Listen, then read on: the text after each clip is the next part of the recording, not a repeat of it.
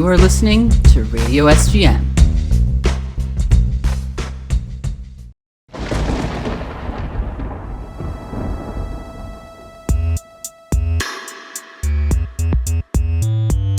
Hey, my name's CJ. I am a sports writer here at Seattle Gay News, and welcome to The Bolt! Oh my god, this is our inaugural episode. Thank you for taking the brave step of listening to a podcast with only one episode. It's always a test drive, it's always a leap of faith, so we appreciate that you're even here listening to begin with, and we hope we're building something special.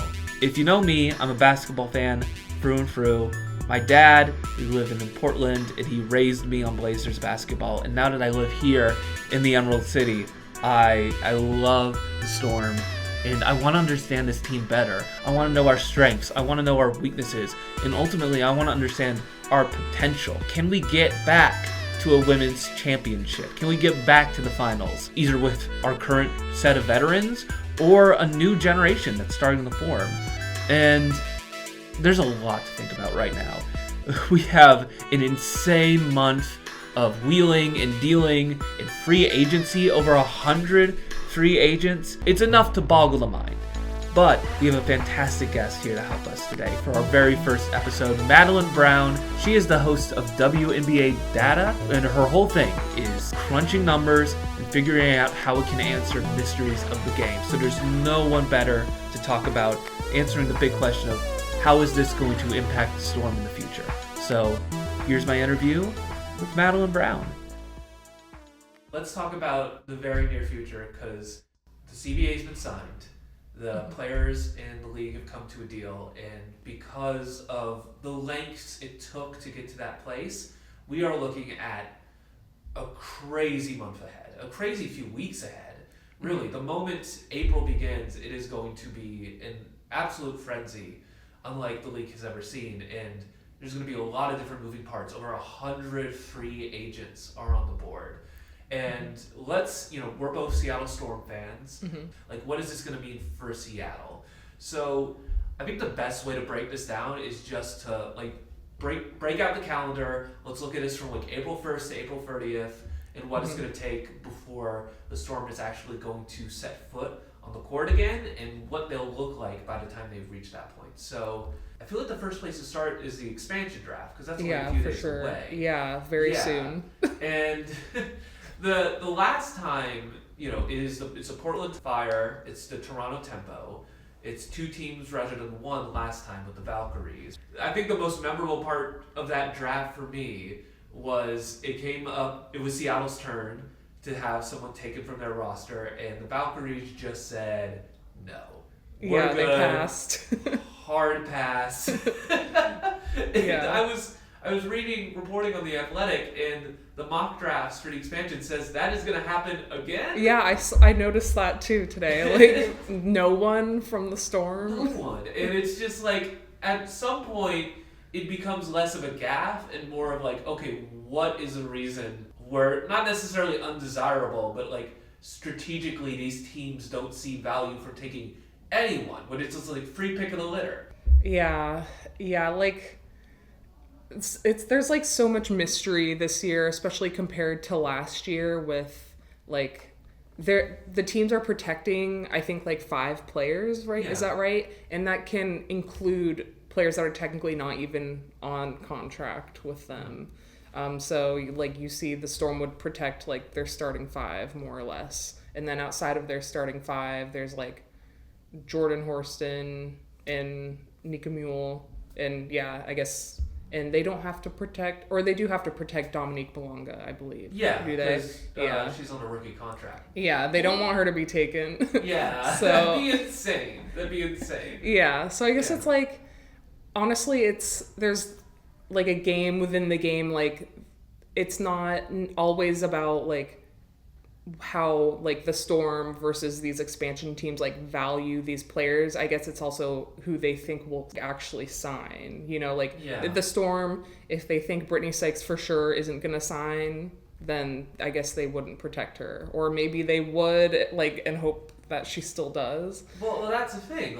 The whole reason we have this insane amount of free agency opportunities out there, so many players on the market, is because there is so many opportunities for these players to get their check. There is the new, the average salary has gone up from 120,000 to 600,000. The salary cap for every team is 7 million. Like, there is so much more money on the table. The Storm, they're a great team, but there's been talk in the past of the culture. It's probably going to be a rebuilding kind of feel with the new coach, Sonny Ramon. And the question is, like, if Sykes or Wheeler or even Horston and Mule, who have felt kind of like in the background, a bit more in development over the last few years than kind of like major names, kind of like Malonga, who was brought in with all this expectation, like, they could, if somebody offers a bigger check, I could easily imagine them going to a new home. Like, but I think that's going to be the reality. Like, a lot of the superstars, a lot of the main franchise figures, we're not going to see like a major free. I think maybe, but I think the reality is like Aja Wilson, for example, easily going to get a super max from the Aces. I think the same thing goes for Nafisa Collier. I think the same thing goes for Sabrina, for Caitlin. I think Caitlin's still actually on her rookie contract. Yeah. Yeah. So maybe she should be, but I guess like she would have the potential to move like in a couple of years, but maybe Kelsey Plum. But the point is, like, all the faces of the league, all the people who are going to have their faces on the social media posts, on the banners, they're going to get their paycheck from the place they value, because every place wants a superstar, someone who can bring in tickets. It's going to be that second rung of like really important role players, people who bring that daily production every day, but who are going to really benefit and capitalize from the opportunity to move to different teams. Yeah. And I think let's just jump straight into free agency here. And my question for you is, looking at our starting five, Nneka, Skylar, Erica, Ezzy, and Gabby, what are the odds that we have the same starting five come next month? Like, once the season actually begins? The odds of 100% of the same starting five, I would say, are like pretty close to zero. But I feel like that's true for like any team, any year, honestly. Like, I was listening to a podcast with Nneka this morning that's like with Lisa Leslie. She was talking about how she is like really open as a free agent. Like, maybe she would be with Seattle, maybe someone else could come calling. Because that surprises me, because I thought Nneka would be, if there was anyone on the team who was a shoo-in, like, I thought Nneka would be the most reliable. They brought the production last year. They very much still feel like they're one of the veterans who still can carry on in their prime.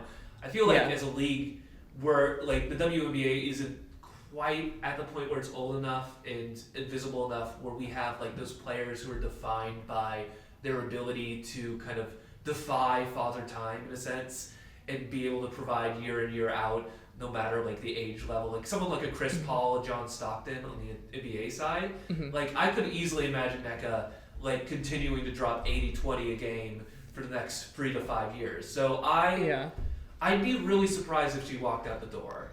And then there's the question of like, what does that mean for Skylar as well? Yeah, right, because they do seem like such a package deal. With Skylar having noted like Nneka's one of her best friends, I guess, in the league. To your point about like longevity, maybe with like the new salary scale, maybe players will be incentivized to stay in the league longer.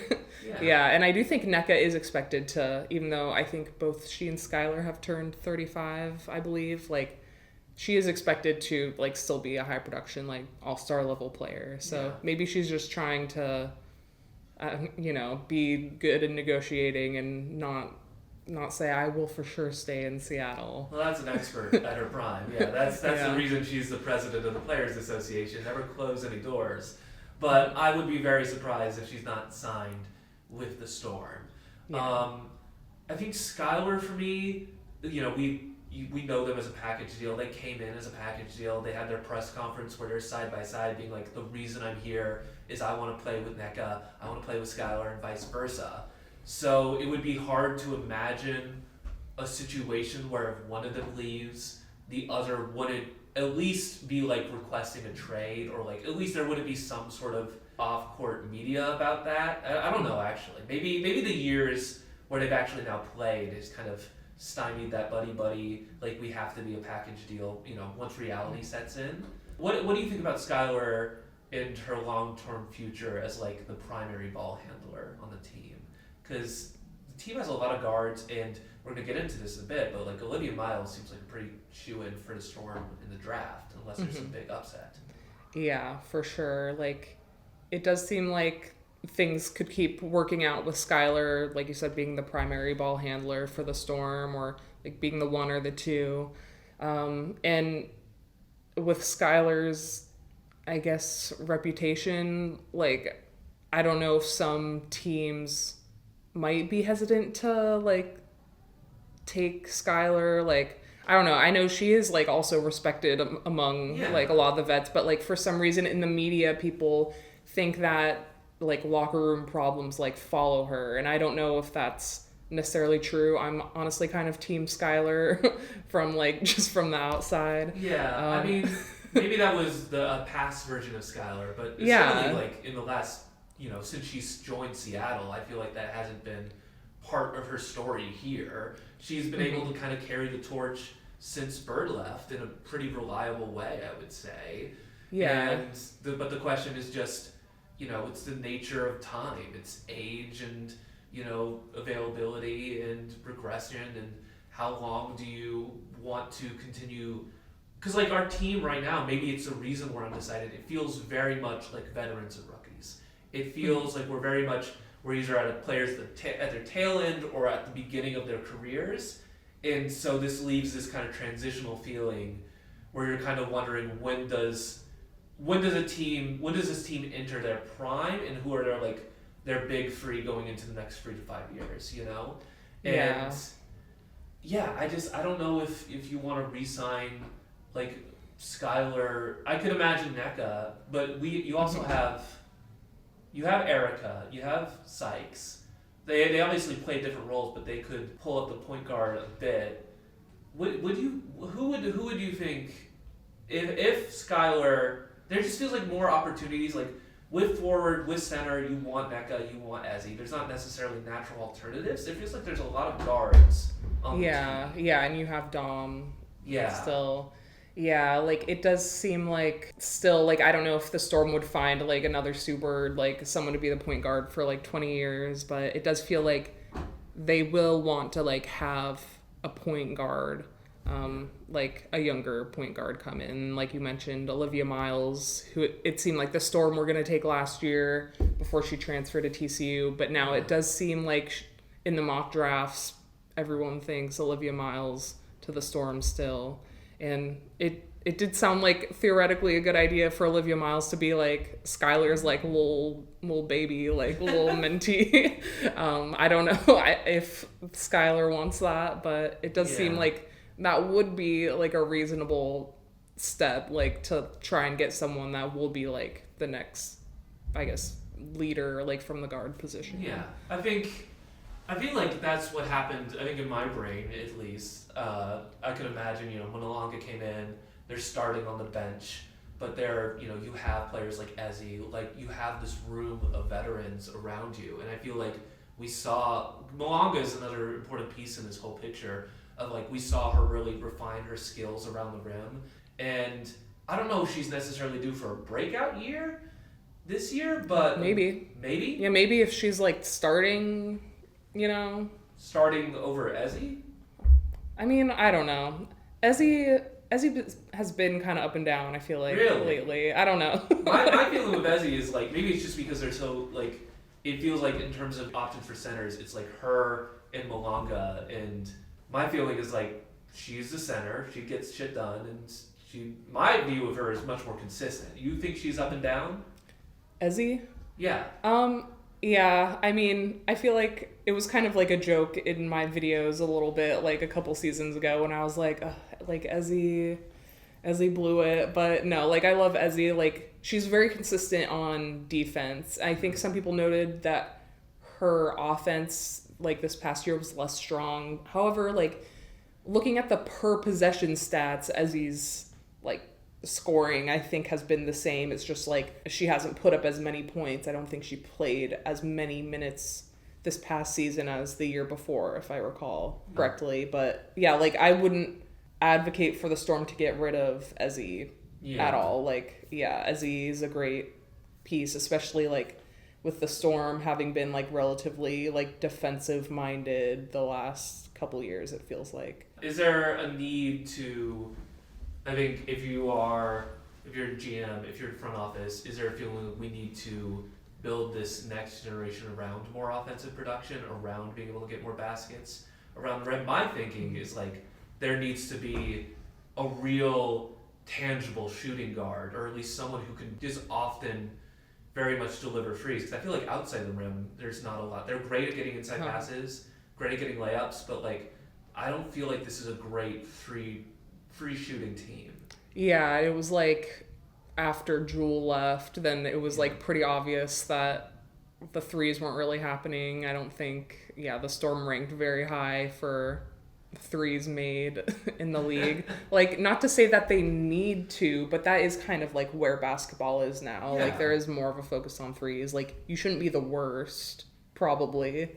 And you look at teams like for example, Indiana, who are able to just consistently produce outside the rim, and it's like it feels like there's definitely the league's moving towards more of a balanced like twos and threes across the board rather than just a simply an inside rim game. I mean, you can absolutely play that game, I think, but it's just like I feel like you still need someone who you could say like off the bench, be like, we need some threes, we need some splashes, they can deliver.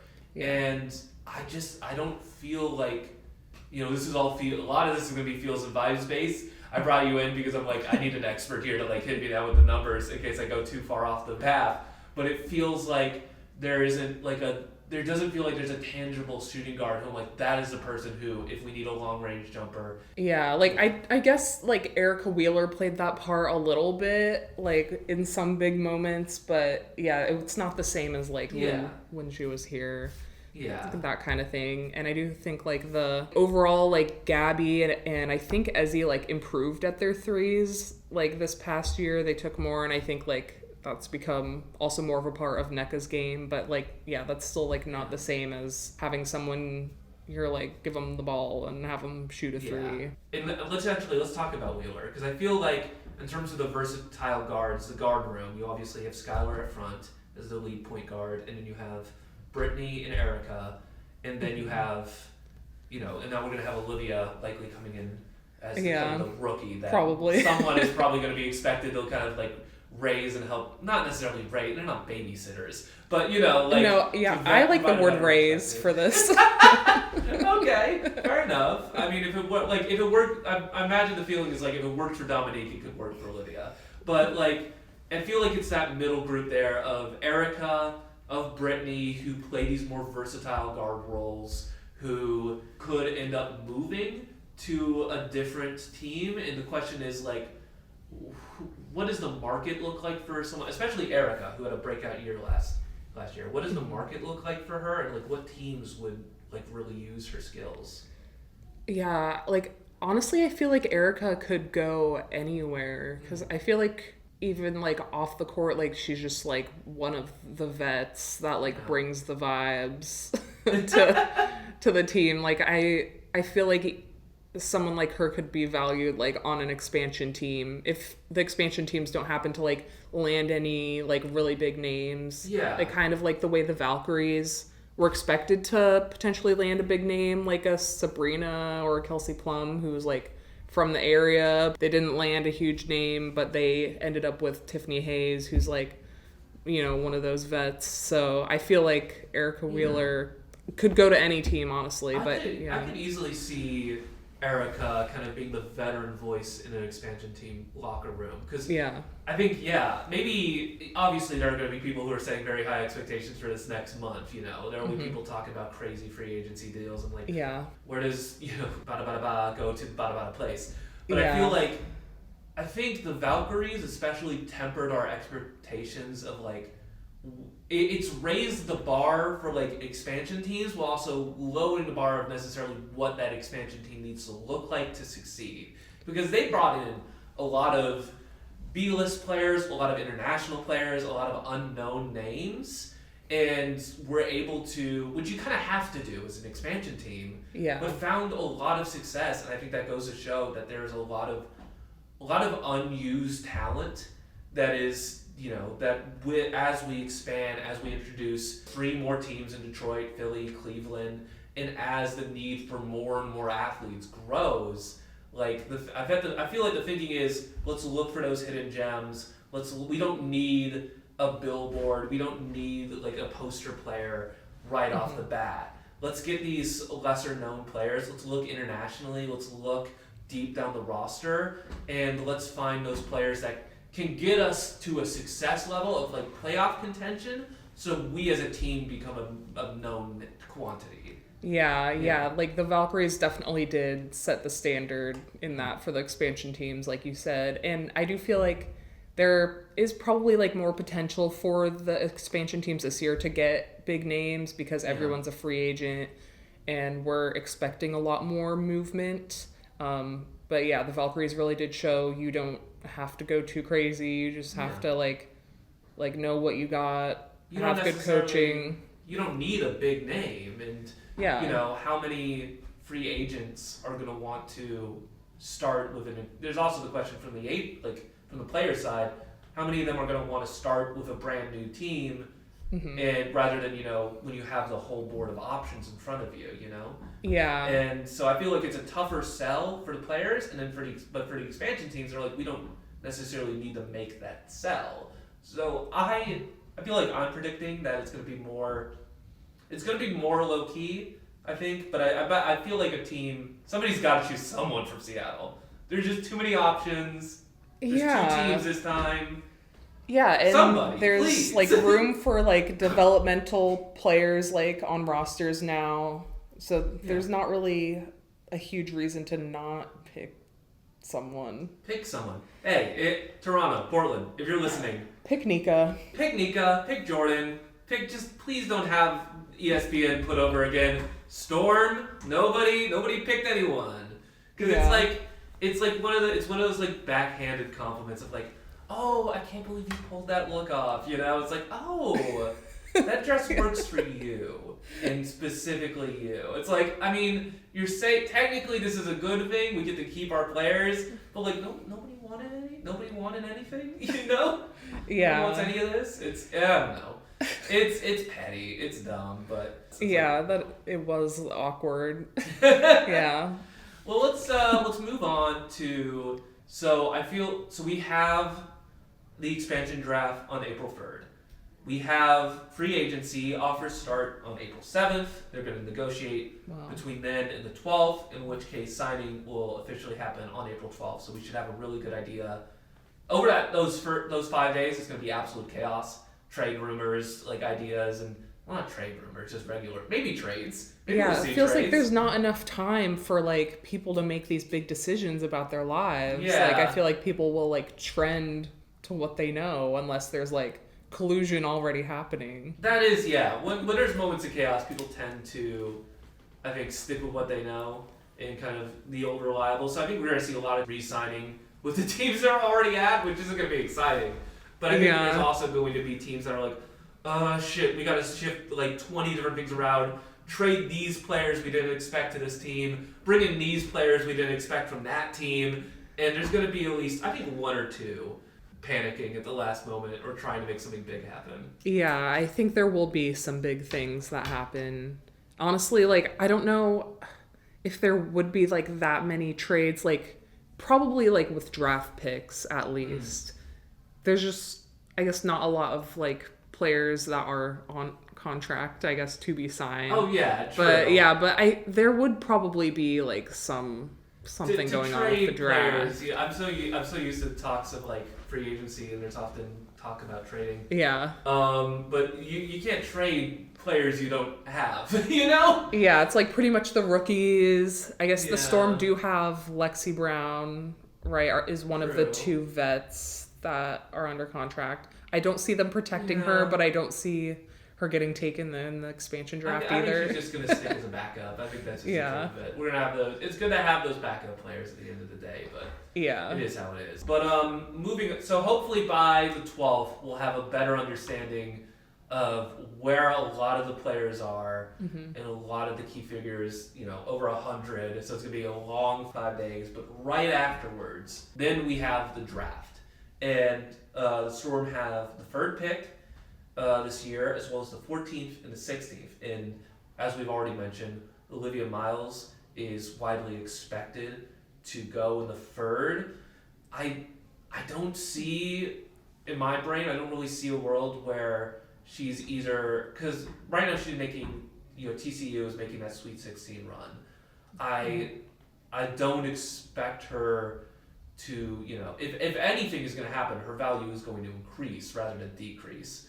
And by the time it gets to the third, it's like, I don't know. Do you see a world where like someone drops, or like we end up with Fudd, rather like the Lynx take Miles second, and we end up with Fudd or someone else on the board? I feel like AZ Fudd isn't gonna reach the third pick. No.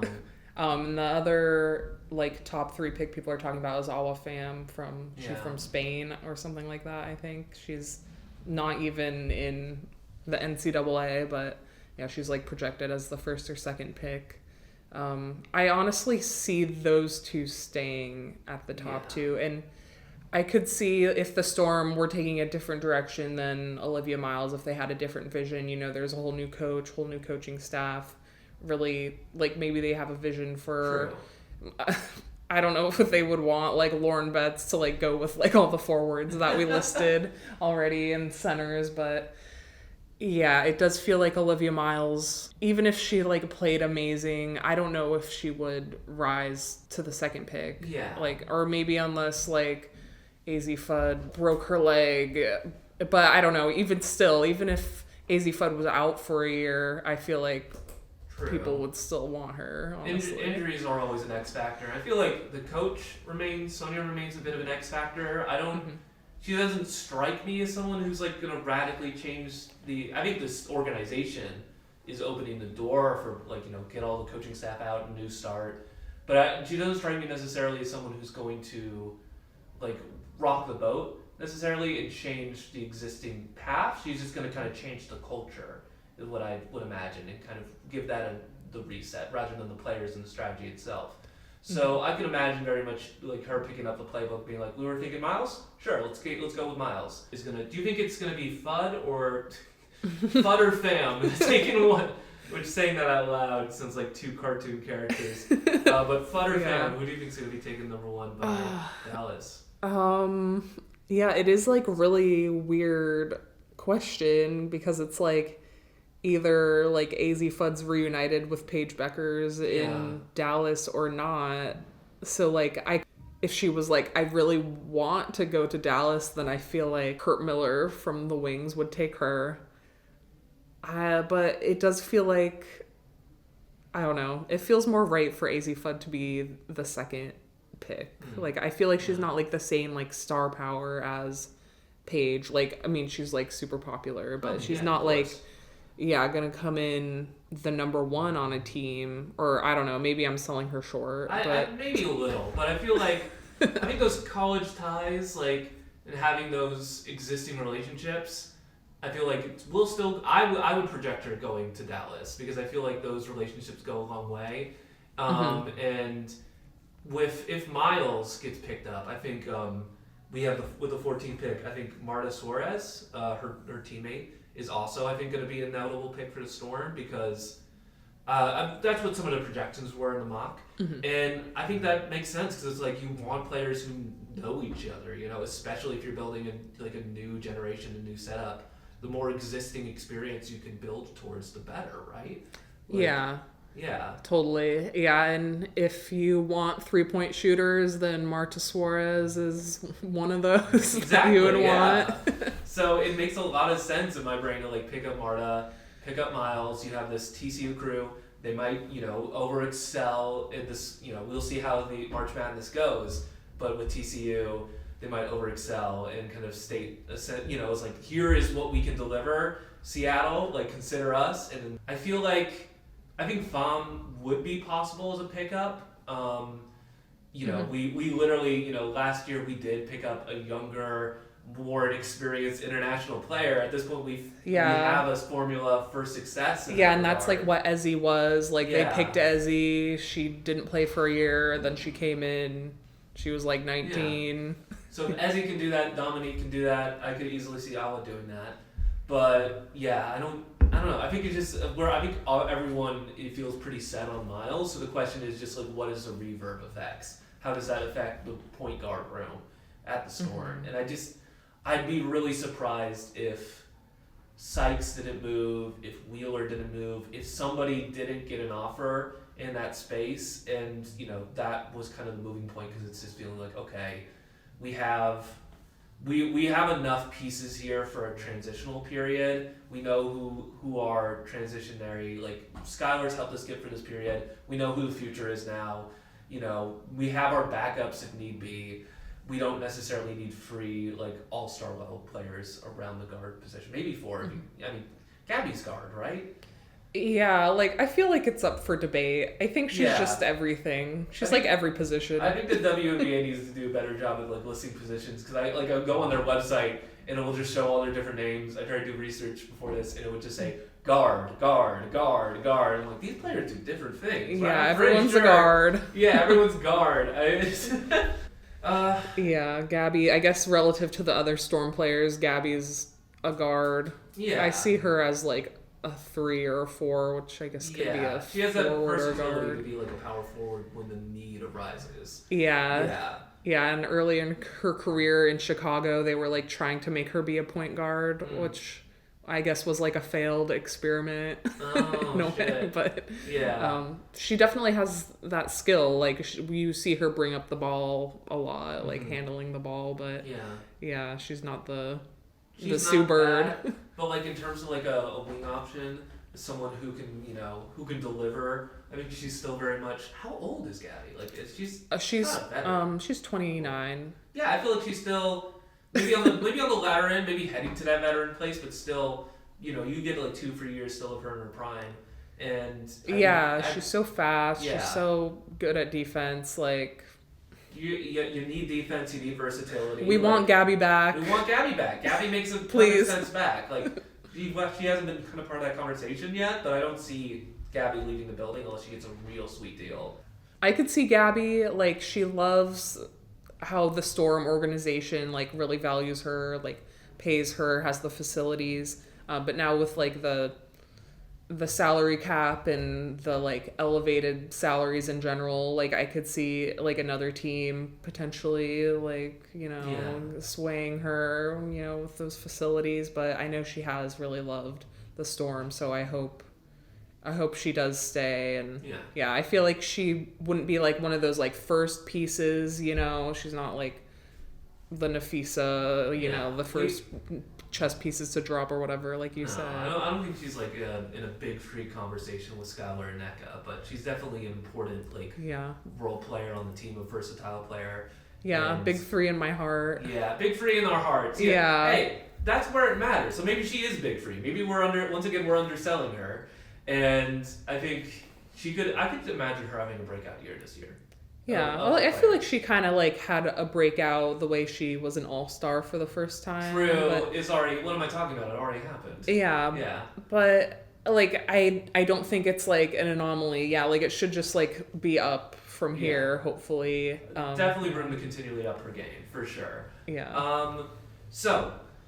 The draft comes and goes. We then have about a week's time for everything to settle a little bit more. Training camp begins on the 19th. Free agency honestly probably things will not be settled, because like there's no way 100 players are going to get signed over 5 days.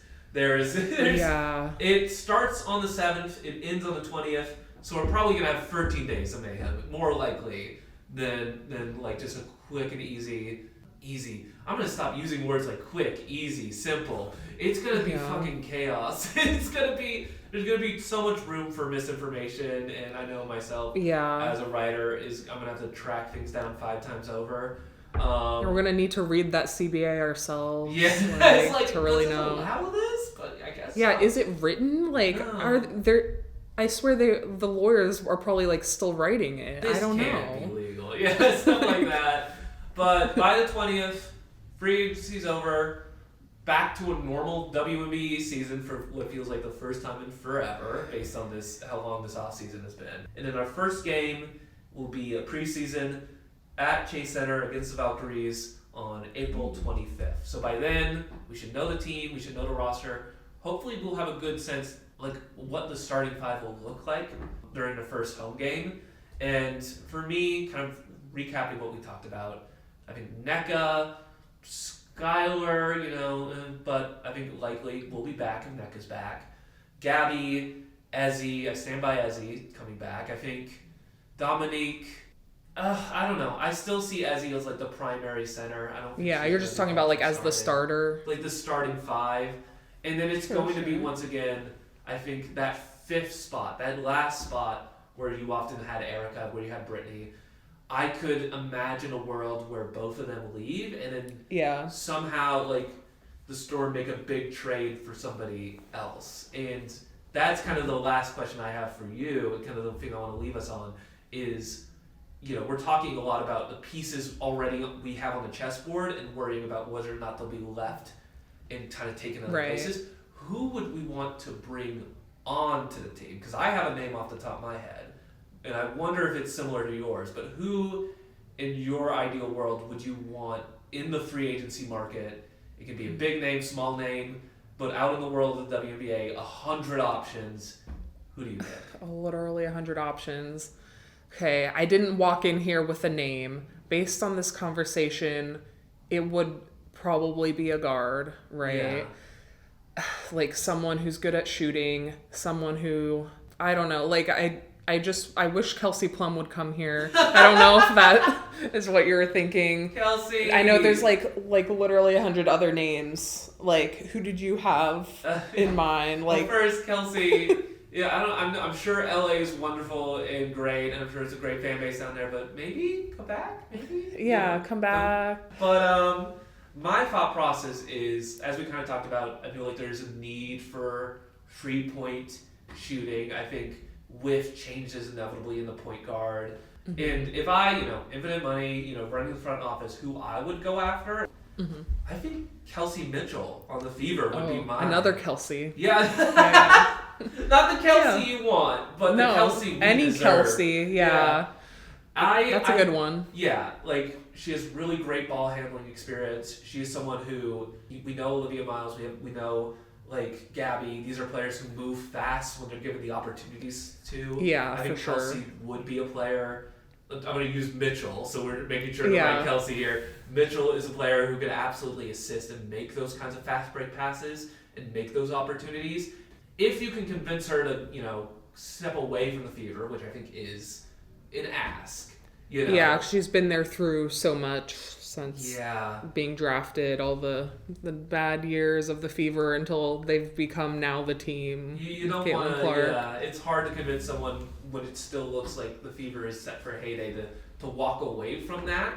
But I think if she were to be a Storm, I think that would be a really nice fit. I think that would make kind of the missing piece the team needs, where you're able to keep that fast engine running when it wants to, of assisting NECA, assisting Gabby, getting those fast breaks, getting those inside passes, but also add that much needed 3-point shooting back to the arsenal that left with, oh my goodness, I'm so tired today. What is... Jewel. Jewel? No, yeah. No. It feels like it's been so long since Jewel was here. Jewel Lloyd. I kind of forget. Jewel Lloyd is such a great name as well. It's such a unique name. How the fuck did I forget that? And the 2 L's on the Jewel, 1 L on the Lloyd. Funny. Yeah, I think it's going to be... I don't expect, by the nature of Seattle sports, when as a historical entity, as a shared entity, when big things happen on the off season, we tend not to get involved in them. We tend not to be the ones who make those big signs. I think that's naturally just the result of us being in our little corner of the universe. But also because we just historically have had front offices that, like to play it safe, like to play it, until very recently, not make those big swings. But maybe this is the start of a new era, and like we've seen with the Mariners, with the Seahawks, when you make that free agency signing, it's been paying off in big ways. So maybe the Storm have this perfect opportunity here to make a big signing of their own and really solidify that like 5th spot on the starter lineup that's kind of been rotating through options for a while. Yeah, and it seems like that's what they'll have to do, honestly. Like, if everyone is a free agent, who knows? Like, like the league could be blown up, or it could just like stay relatively the same. Yeah. In terms of where players are. A lot of uncertainty. So we've been speaking for like nearly an hour, but truth is, who fucking knows what's going to happen? We don't know what's going on behind closed doors, but we can only hope for the best once the season begins. Yeah, could be nothing, could be everything. Yeah. And hey, at the end of the day, the Storm is still a Storm, and I'm very excited to see him play this season. Yeah, we'll go watch them no matter who's there. No matter what. Hopefully Gabby is there. Hopefully Gabby is there. At least Gabby is there. We've very much put the flag down here. Yeah. The way I was expecting. Gabby must stay. No Gabby, no tickets. You hear us, coach? You hear us, new coach? Advocate for Gabby. We want Gabby. All right, I think that's going to be it. That's a wrap for us. Thank you so much for your time. Yeah, thanks for having me.